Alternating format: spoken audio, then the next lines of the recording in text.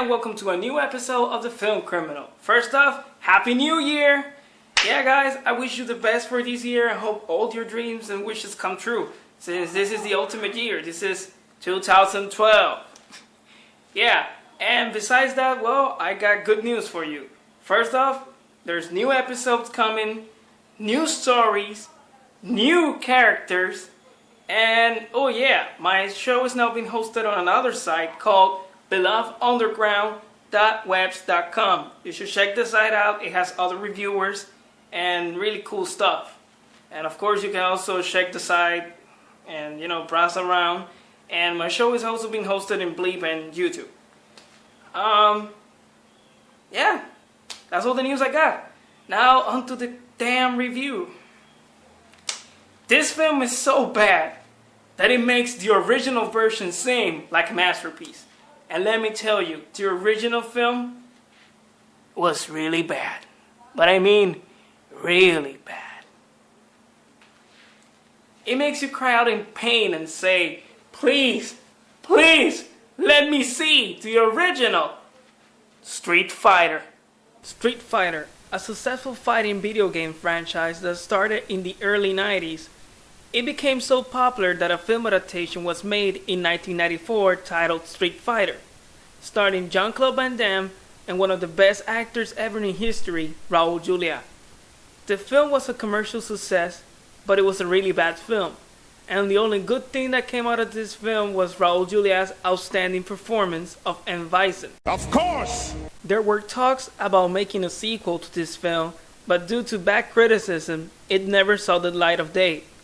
15 years later, someone came up with the brilliant idea of making another live-action adaptation of Street Fighter, with Chun-li as the main character, played by Kristen Krieg?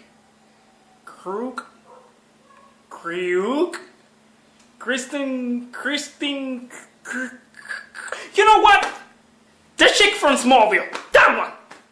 The film was a bomb office disaster and made the original seem like a masterpiece. This is Street Fighter, The Legend of Chun-li. This film has been criticized to death and with good reasons. I mean, first off, this film has nothing to do whatsoever with the original Street Fighter or the video games for that matter. And don't get me wrong, there are a few characters from Street Fighter on this film, but they're nothing like the characters on the, on the Street Fighter universe or the video games. And the main problem with this film is that it feels like a crime film that got mixed with Street Fighter characters. And hence, this piece of crap. First off, we start with a little background story for Chun-li of her training with her father until one day her father is taken away by M. Bison. And for some reason, as she becomes older, she gets less and less Asian. Then we get introduced to M. Bison and Balrog. Chun-li? Where are you going? Get off me! Let her go. Let me go!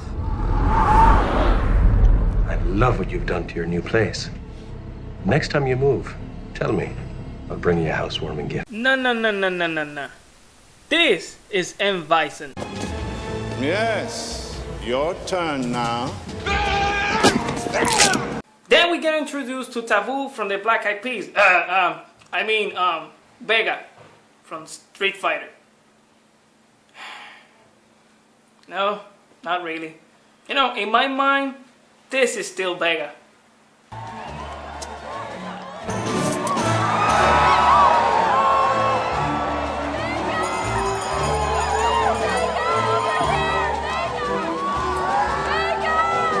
Chun-li finds an old master named Gen, and for my surprise, it happened to be the same actor who played Liu Kang in the 1995 film adaptation of Mortal Kombat. Where you go, trouble follows. My name is Gen. Don't worry, Chun-li.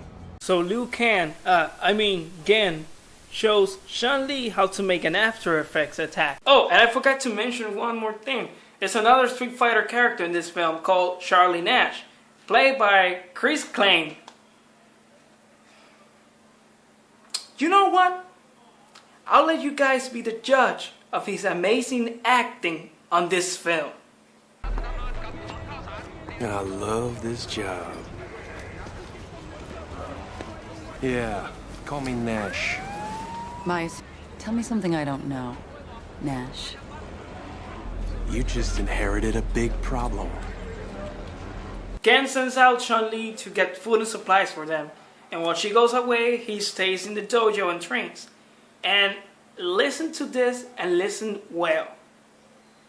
Balrog uses a bazooka to blow the hell out of Gen and his dojo.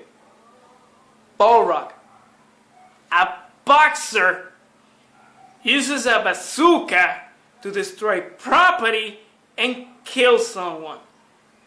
But not just any boxer. It's Balrog! The missile. Give me that.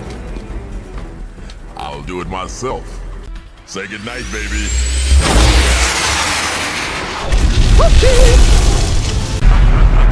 Let's go. Now, before I continue, I want to clarify a few things about M. Bison in this film. Number one, in this film, M. Bison, it's pure evil and has no conscience whatsoever. And that's thanks to him going into a cave with his wife, killing his wife, and transferring all his conscience and goodness into his unborn child. Number two, he has no powers in this film. He's only a martial arts master. They try to keep him real, which makes no sense, because when you see characters like Yen or Chun-Li, they can use powers on these films. But then again, Bison can use powers. Why? Number three, and this is where I really start to get angry. Bison's whole motivation on this film is to reveal Bangkok. That's just it. He just wants to reveal his whole neighborhood, Bangkok. And that's it. Not like in the original Street Fighter, where Bison had a bigger, ambition, and he had a bigger motivation. All I want to do is to create the perfect genetic soldier. Not for power, not for evil, but for good. Carlos Blanca will be the first of many. They shall march out of my laboratory and sweep away every adversary, every creed, every nation, until the very planet is in the loving grip of the Pax Bisonica. And then peace will reign in the world,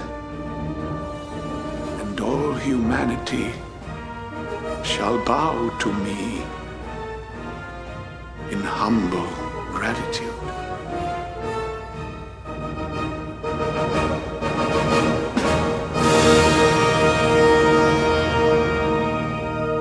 And number four, and for some reason I still don't get, every time M. Bison appears on this film, every scene he, walks by or he simply smiles or something, there's a growl on the background.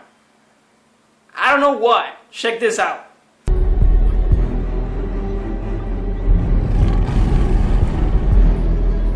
Anyways, we get revealed that Gen is still alive. Woo-ha! And Chun-Li joins forces with Charlie Nash to find M. Bison. They find where Bison is going and plan an ambush. Everything goes to hell and Gen kills Balrog.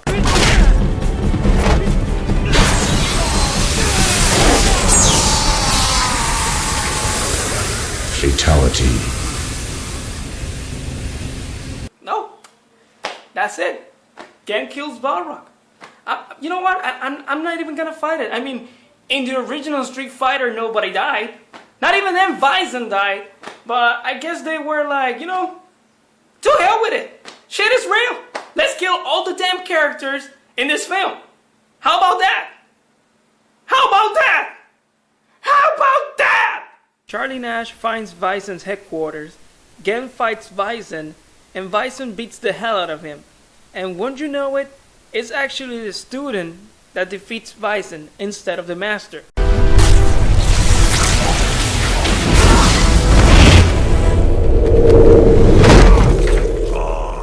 Oh, and get this. Chun-li doesn't just defeat and Bison, she kills him.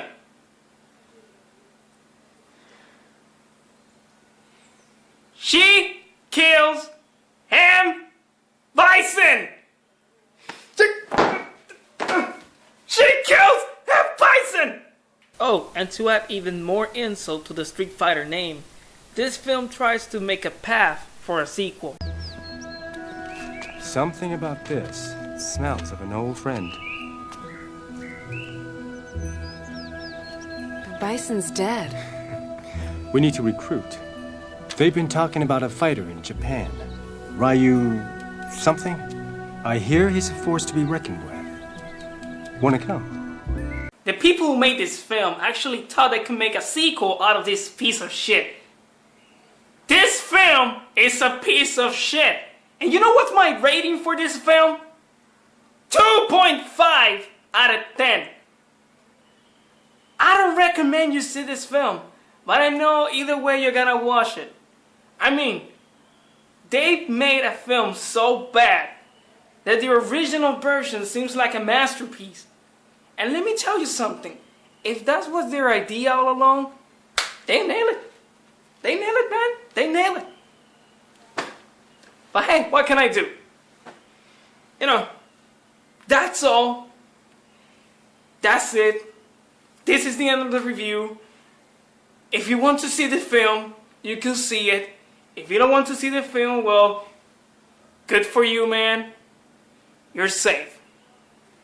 So that's just it. I mean, this is a piece of crap, and that's not gonna change. Anyways, like always, you can come find me on bleep.tv or YouTube. You can subscribe over there if you want, or leave me a comment in the comment section below and tell me what you think about it. And well, oh yeah, you can actually check the new site, like I said, you know, belovedunderground.webs.com. I'll be putting it on the credits so you can write it down. And well, oh yeah, there's something else I could do. This film doesn't deserve to see the light of day again. Bon voyage! Holy shit, it actually broke in 3 pieces.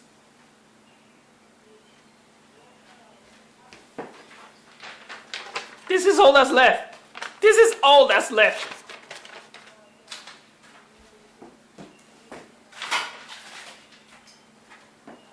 It broke in freaking pieces! That is how bad that film is. Anyways, I'm the Film Criminal, and I hope to be seeing you in the next episode.